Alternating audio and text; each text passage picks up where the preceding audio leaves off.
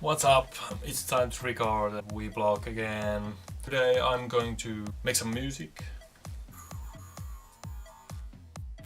and then hit the gym. It's back and biceps day, which is cool. The snow has started to fall again, which I am not a big fan of. It's cold and wet and driving conditions are pretty bad. Yes, I actually crashed last week, but more about that later in the vlog. It's been about a year and a half since my last EP, which was a little bit experimental, more like trying out new stuff and compiling it in one package so it doesn't interfere with my core stuff too much. So that was kinda just putting it together so those who like can get into it and it doesn't bother rest of the audience too much. But now I thought I will make a proper EP, maybe 4 tracks. I have already started a couple. They are really cool. My best work so far.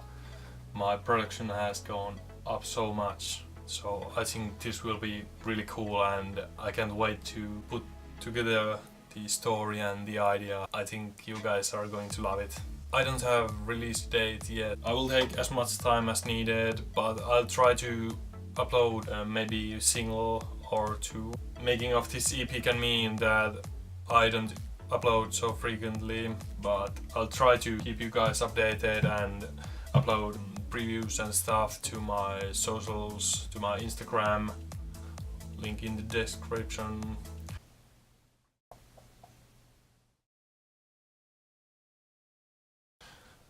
Thank you so much for support on my latest releases. Big thanks to everyone who has bought my music. I have been able to upgrade my software and hardware thanks to you guys. I have also one big announcement linked to that, but we will talk about that on upcoming vlogs. So yeah, I will be making music for a couple of hours and then hit the gym, and then we will talk more about the car crash.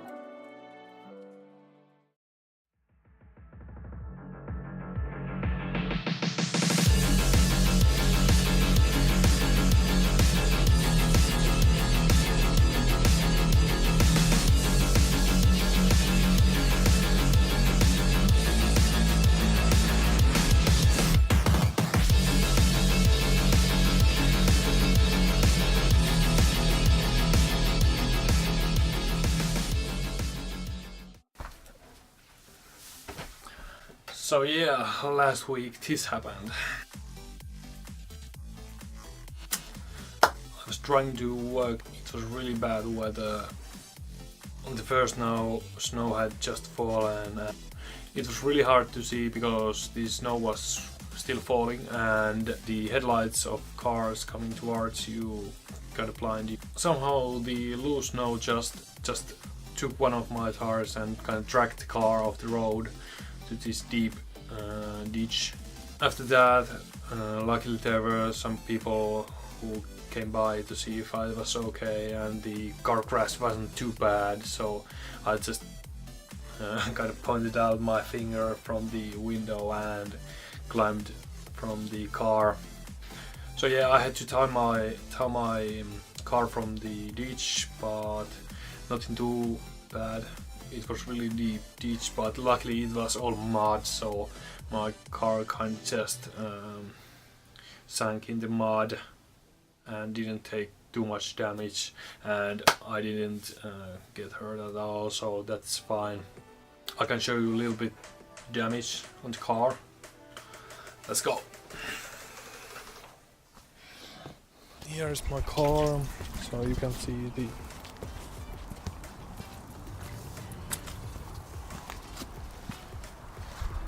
damage over here. Bumper got a bit damaged, so I had to do emergency repairs on it. And you can see those wires over there. So yeah, that was the car accident. It's going to be a long winter for me. Now I can show you guys a little bit stuff that I have been working on past weeks. I haven't been uploading so much because I've been really busy with work and school, but here's a couple tracks that will be on my upcoming EP. It loads like for a minute because there's so many plugins. Like, I don't know how many channels that is, but a lot. But it sounds really cool. Here's a quick snapshot.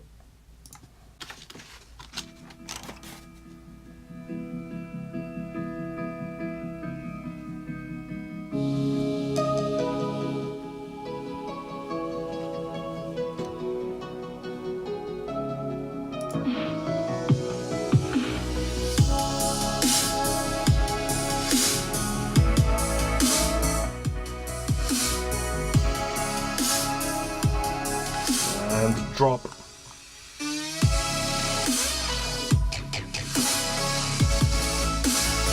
Here's another track. It has this pretty cool atmospheric intro. And then uplifting build up.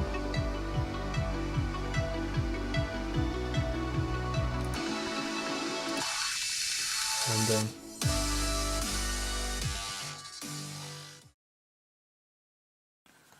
so today's production tip is on sub bass, and what I have here is a normal sub bass,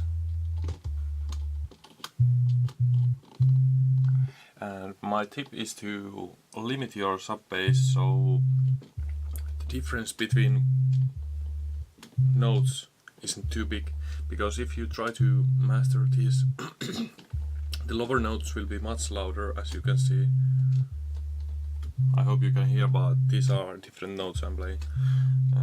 So basically, if you have your sub bass notes like this in volume, you want to limit your sub bass like this, so it cuts over here and everything's on the same line over here.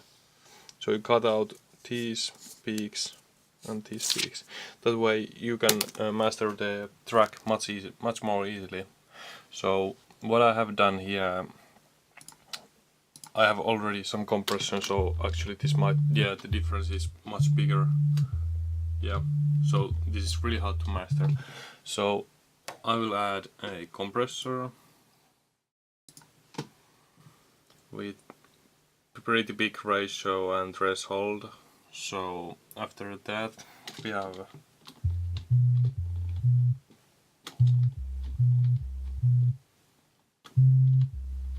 like this, and when I'll put it on, volume drops, but the levels are much more similar. And then I'll usually add sound equalizer, but that's it. And then I'll also add low pass, so this one cuts at around 120 Hz, yeah. And then the limiting, so I'll drop the ceiling of the limiter over here, just like in the drawing. So now all my bass notes, which are in the lower range below 100, will be all on the same level.